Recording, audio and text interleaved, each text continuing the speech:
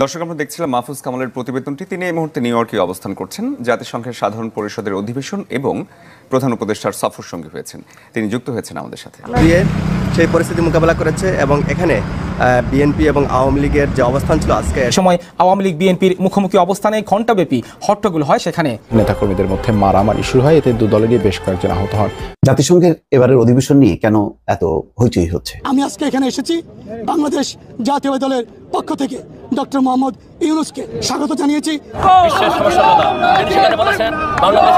সম্মানিত দর্শক, নিউ ইয়র্কে ডক্টর মোহাম্মদ ইউনূসের গাড়িতে হামলা ভাঙচুর শুরু করে দিয়েছেন আওয়ামী লীগের নেতাকর্মীরা একের পর এক আক্রমণ চালাচ্ছেন এবং কি ভুয়া এবং কি অবৈধ সরকার বলেও তাকে গালি দিচ্ছেন। ইতিমধ্যে কিন্তু এই ভিডিওতে আপনারা দেখতে পারবেন যে আওয়ামী লীগের নেতাকর্মীদের সাথে বিএনপি নেতাকর্মীদের কঠিন সংঘর্ষ, দুই দলের ভিতরে যে সংঘর্ষ শুরু হয়েছে সেখানে রণক্ষেত্র পরিণত হয়েছে। সম্মানিত দর্শক, এই ভিডিওতে দেখলে আপনারা অবাক হয়ে যাবেন যে আওয়ামী লীগের নেতাকর্মীরা এত সাহস কিভাবে পেয়েছেন বর্তমানে বাংলাদেশের অন্তর্বর্তী সরকারের প্রধান উপদেষ্টার গাড়িতে এরকম ভাঙচুর করার। এবার আওয়ামী লীগকে কঠিনভাবে পিটিয়েছেন বিএনপির নেতাকর্মীরা। ইতিমধ্যে এই ভিডিওতে আপনারা বিস্তারিত দেখতে পারবেন, তাই ভিডিওটি শুরু থেকে শেষ পর্যন্ত দেখবেন। চ্যানেলে নতুন হয়ে থাকলে সাবস্ক্রাইব করে আমার সাথেই থাকবেন। ভিডিওতে একটি লাইক করে দেখতে থাকুন সম্পূর্ণ ভিডিওটি। সাধারণ অধিবেশনকে কেন্দ্র করে বিএনপি ও আওয়ামী লীগ পাল্টাপাল্টি কর্মসূচি ঘোষণা করায় পরিস্থিতি উত্তপ্ত হয়ে উঠেছে। বাংলাদেশের অন্তর্বর্তী সরকারের প্রধান উপদেষ্টা ডক্টর মোহাম্মদ ইউনূসের আগমনকে ঘিরে এই কর্মসূচিগুলোর আয়োজন করা হয়েছে। বিএনপি ডক্টর ইউনূসকে স্বাগত জানানোর জন্য পরিকল্পনা করছে, অন্যদিকে আওয়ামী লীগ তার বিরুদ্ধে বিক্ষোভ কর্মসূচি হাতে নিয়েছে।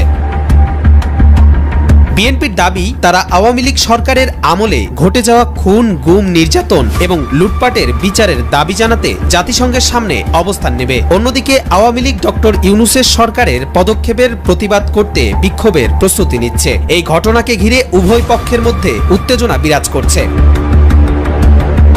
জাতিসংঘের সাধারণ অধিবেশনে অংশ নেয়ার পাশাপাশি ডক্টর মোহাম্মদ ইউনূস বিভিন্ন গুরুত্বপূর্ণ বৈঠকে অংশগ্রহণ করবেন। তিনি জাতিসংঘের মহাসচিব অ্যান্তনিও গুতেরাস, মানবাধিকার বিষয়ক হাই কমিশনার ফলকার টুর্ক এবং বিশ্বব্যাংকের প্রেসিডেন্ট অজয় বাঙ্গার মতো আন্তর্জাতিক নেতাদের সঙ্গে সৌজন্য সাক্ষাৎ করবেন। এছাড়াও ডক্টর মোহাম্মদ ইউনূসের নেপালের প্রধানমন্ত্রী কেপি শর্মা ওলি, বাহরাইনের ক্রাউন প্রিন্স হামদ বিন ইসা আল খলিফা, নেদারল্যান্ডসের প্রধানমন্ত্রী ডিক শপ, মালদ্বীপের প্রেসিডেন্ট মোহাম্মদ মুইজ্জু, মার্কিন পররাষ্ট্রমন্ত্রী অ্যান্টনি ব্লিংকেন এবং ইউরোপীয় কমিশনের প্রেসিডেন্ট উরসুলা ফন ডার লিয়েনের সঙ্গেও বৈঠকের কথা রয়েছে। দর্শক, আমরা দেখছিলাম মাহফুজ কামালের প্রতিবেদনটি। তিনি এই মুহূর্তে নিউ ইয়র্কে অবস্থান করছেন। জাতিসংঘের সাধারণ পরিষদের অধিবেশন এবং প্রধান উপদেষ্টার সফর সঙ্গী হয়েছেন। তিনি যুক্ত হয়েছেন আমাদের সাথে। আমরা চলে যাচ্ছি তার কাছে। মাহফুজ, আপনি রয়েছেন সেখানে। প্রধান উপদেষ্টা এবং জো বাইডেনের যে বৈঠকটি হওয়ার কথা সেটি কখন হতে পারে এবং সেই বৈঠক ঘিরে কি কি কর্মসূচি রয়েছে প্রধান উপদেষ্টার, সেই বিষয়টি জানাবেন। ঠিক নিউ ইয়র্ক সময় 24 তারিখ সকাল 10টা থেকে 12টার মধ্যে আসলে প্রধান উপদেষ্টা ইউনূস এবং মার্কিন প্রেসিডেন্ট জো বাইডেনের কথা রয়েছে। তিনি ইতিমধ্যে ঢাকা থেকে রওনা হয়েছেন। ইউনূস তিনি আজ নিউ ইয়র্ক সময় রাত 10:30 সে পৌঁছবেন বলে আমরা কিন্তু জানতে পেরেছি। এবং মূলত যে বিষয়টি এখানে লক্ষণীয়, যারা এখানে দীর্ঘদিন ধরে নিউ ইয়র্কে বসবাস করেন বা রাষ্ট্র বসবাস করেন তারা বলছেন যে জাতিসংঘের সাধারণ অধিবেশনে কখনোই কিন্তু দ্বিপাক্ষিক বা আলাদা বৈঠক হয়নি মার্কিন প্রেসিডেন্টের সাথে। এই বছরে প্রথম এবং বিগত কয়েক দশকও এরকম ঘটনা ঘটেনি। যারা এখানে বাংলাদেশে কাজ করেন বা বাংলাদেশে রয়েছেন তারা বলছেন এটা আমাদের জন্য সম্মান এবং গর্বের। এছাড়াও ডক্টর মোহাম্মদ ইউনূস মার্কিন প্রেসিডেন্ট জো বাইডেনের পাশাপাশি কিন্তু পাকিস্তানের প্রধানমন্ত্রী এবং নেপাল, মালদ্বীপ সহ অনেক রাষ্ট্রপ্রধানের সাথে তিনি প্রধানদের সাথে বৈঠক করবেন।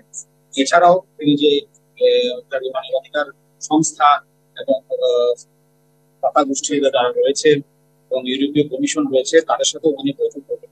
মূলত প্রতিটি বৈঠকে নিশ্চয়ই এজেন্ডা রয়েছে, যেমন শিক্ষা সংস্কার, বাংলাদেশের আর্থিক ইয়েতে তিনি যারা রয়েছেন ব্যাংক বা ওয়ার্ল্ড ব্যাংক বা এডিবি বড় বড় প্রতিষ্ঠানের সাথে তিনি আলোচনা করবেন। হিউম্যান রাইটস, মানবাধিকারের বিষয়ে হিউম্যান রাইটস এর যারা প্রতিনিধি রয়েছে তাদের সাথে কথা বলবেন। এরকম জলবায়ু বিষয় বিভিন্ন সংস্থা রয়েছেন তাদের সাথে তিনি কথা বলবেন। মূলত বাংলাদেশের স্বার্থ সংশ্লিষ্ট কি বিষয় অর্জন করা গেছে বা বাংলাদেশের স্বার্থ সংশ্লিষ্ট কি বিষয় আলোচনা হয়েছে সেটি ডক্টর ইউনূসের পক্ষ থেকে যদি আনুষ্ঠানিকভাবে জানান তাহলে আমরা একটু জানতে পারবো। মূলত বাংলাদেশের মানবাধিকার বিষয়ে 5 আগস্ট পরবর্তীতে সরকার গঠন এবং 5 আগস্টের আগে বাংলাদেশের মানবাধিকার বিষয়ে যে ঘটনাগুলো ঘটেছিল সেটির বিষয়ে মূলত ফোকাস করা এবং আলোচনা করবে। এছাড়াও শুধুমাত্র বাজার পরিষদের যে জিএসপি সুবিধা যেটি বাতিল করা আছে বাংলাদেশের তৈরি প্রশাসন শিল্পে, সেটি যাতে বহাল না রাখে এবং জিএসপি সুবিধা যাতে বাংলাদেশ থেকে দেওয়া হয়, এই বিষয়টিও যাতে আলোচনায় আসে।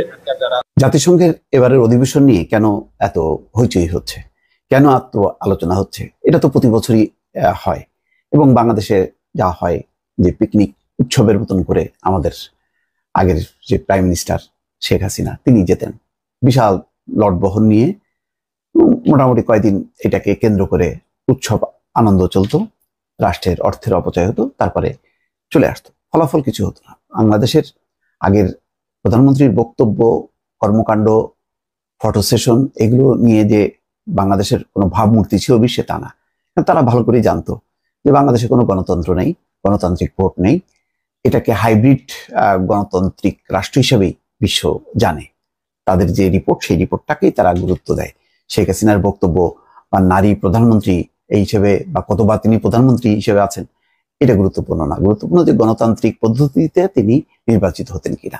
যেহেতু নির্বাচিত হতেন না, একেবারেই তারা এটাকে স্বৈরতান্ত্রিক রাষ্ট্র এবং স্বৈরাচার হিসেবেই শেখ হাসিনাকে গণ্য করত, যদিও শেখ হাসিনা বা তার সাঙ্গপাঙ্গরা কখনোই মানবে না।